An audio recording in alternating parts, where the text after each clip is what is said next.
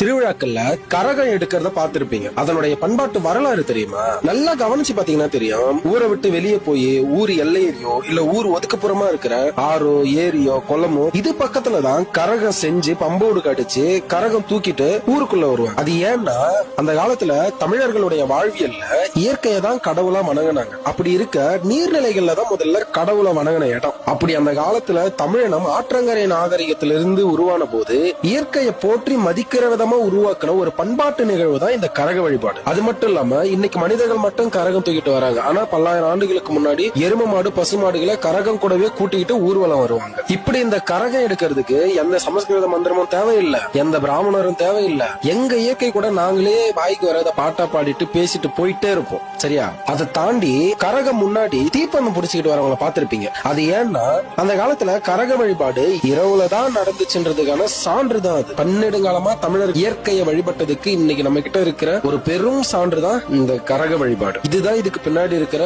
உண்மையான பண்பாட்டு வரலாறு.